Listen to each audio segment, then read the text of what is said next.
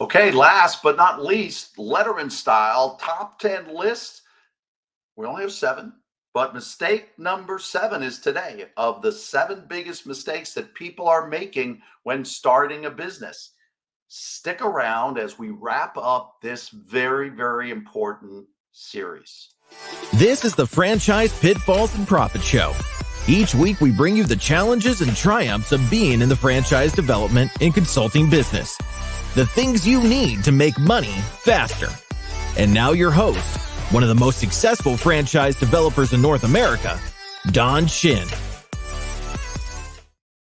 Hey, we're wrapping up our Letterman top, we'll say seven this time. He always did top 10, I think, but top seven list series on the biggest mistakes people are making when starting a business. I've seen these 24 years, most always had my hands in some type of career transition coaching and training, just involved in people's decisions. And these are the things I see people doing wrong that adds to their stress, adds to their problems in their startups. And a lot of times, honestly, these things will keep you from even going a way, shape, or form in reaching your dreams through business ownership. So the list so far has included chasing fads, listening to your friends,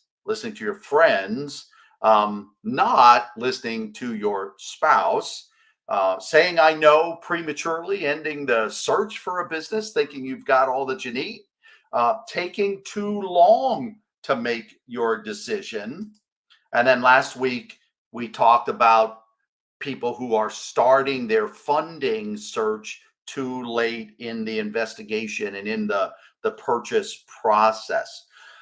So today we're going to wrap it all up with number seven, which is not getting advice. Not getting advice. Now, after you just replayed the whole list here, you're going to think that one week I'm saying one thing, the next week I'm saying another, and I'm just some big flip-flop guy.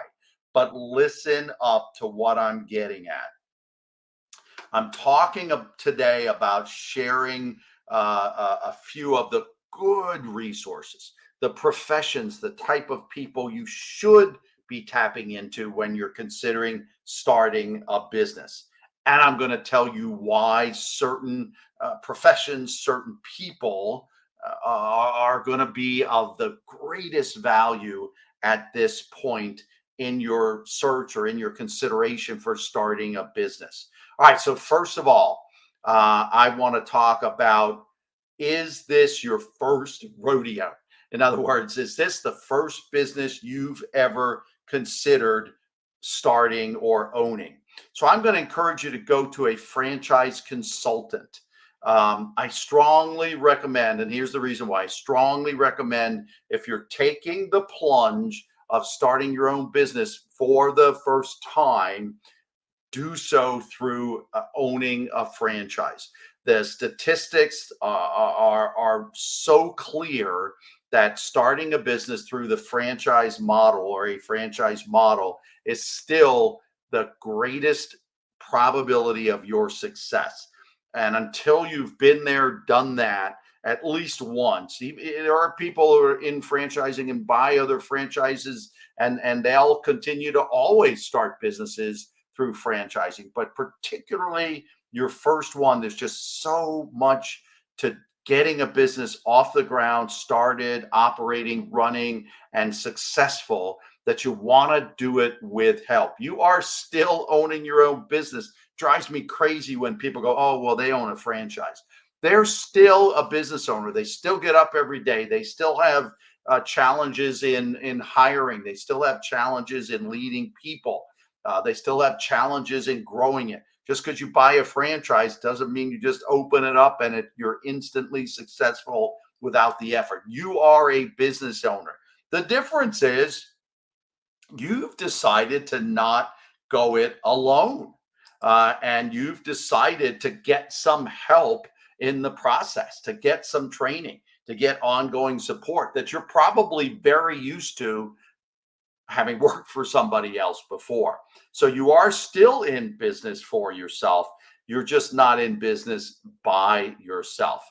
And again, whether you end up buying a franchise or not, I encourage you to go to a franchise consultant. The franchise consultant will have years of experience doing, or that's what you want to look for, years of experience doing this. They have talents. They are most likely with a reputable franchise organization, and that they have access to hundreds of brands. They have a process that's going to help match you not only to a good franchise that will make you money, but to the right franchise that's going to be personally as well as professionally as well as financially successful. So even if you never go and buy the franchise, I would encourage you to talk to and work with a franchise consultant. Obviously, that's one of the things that our company here at FBE, that's one of the things that we do. Now, franchise consultant is one of the people you want to talk to, one of the professions you want to work with. The second is go to a funding expert. There are people that specialize in getting businesses started, particularly, again, franchises. There are people that know the ins and the outs of franchising and have the right type of funding opportunities, tools, products, you might want to call them. And so going to a funding expert, I'm not dissing your local banker, but sometimes, honestly, if it's not really clean cut, this is the way it is, the local banker is not really going to be there. The local banker is often there for established businesses that need extra funding, but the starting up a business is unique. Your local banker is not going to have products like 401k rollovers and just other things that may be of advantage to you as you come out of the corporate world or the corporate space. So go to a funding expert, one that is a resource familiar with startups, and in particular, again, if you're doing this in a franchise model that has a franchise experience and they lend regularly to franchise startups. Another person you want to go to, a profession you want to go to, is your financial advisor. You want to be sure that you're not investing your last dime. You also want to be sure that depending on liquidity requirements and things, that you're staying personally liquid, or you may want to liquidate some funds, some equities or something like that, in order to in order to blend it with maybe borrowing and lending. But you want to be talking with your financial advisor. Now, I put a little bit of a caution on this one. Hopefully, you have the kind of relationship with your financial advisor that they'll tell you the truth. They'll be honest with you and advise you in a way that's best for you. And also, hopefully, they recognize that if you do this, you're probably going to make more money than you were making before as an employee. And consequently, they're actually going to have more money in the long run to manage for you. A lot of people, a lot of financial planners today are being compensated through a percentage of your portfolio. And unfortunately, I've seen where we felt pretty confident that the financial planner was more concerned about how much money they were making and not what was right for my client or for the candidate. So just a little bit of caution there, and hopefully your financial advisor will be very straight with you and go, yeah, I see why you want to do this, and yeah, my portfolio of management amount's going to go down, but I'm with you here for life, for the long haul. So franchise consultants are great. Funding experts are great. Financial advisors are good. Another one is your tax advisor or your accountant. You want to have a good, competent accountant. Ultimately, that as you start your business up, they're going to help you set your QuickBooks up or set up your bookkeeping in the right way. But you also want to be talking to them about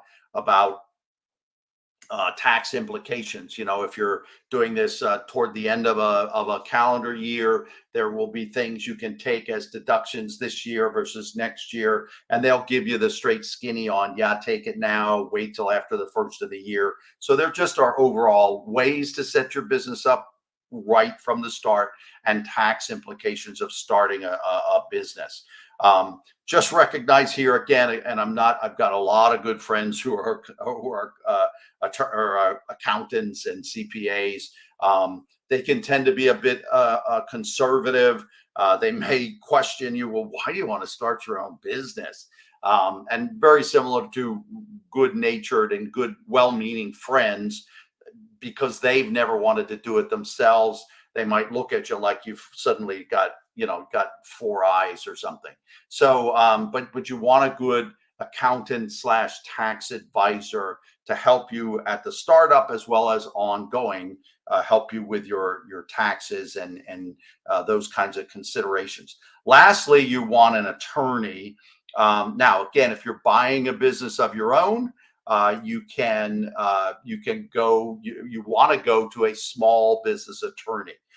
If you're buying a franchise, you certainly want to be sure you have a franchise attorney. At the end of the day, our normal thing would be to go, oh, the person that drew up my wills, that kind of a thing might be the person we're more inclined to go to. But small business and particularly franchising is a specialty.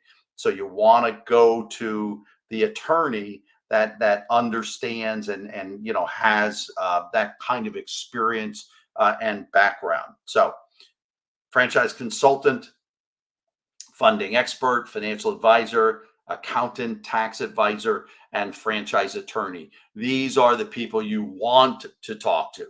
These are the people you want to go to as you're considering buying your own business. So we're wrapping up the series, the 7 biggest mistakes people are making when starting a business. Be sure you listen to all 7 episodes and don't make these mistakes.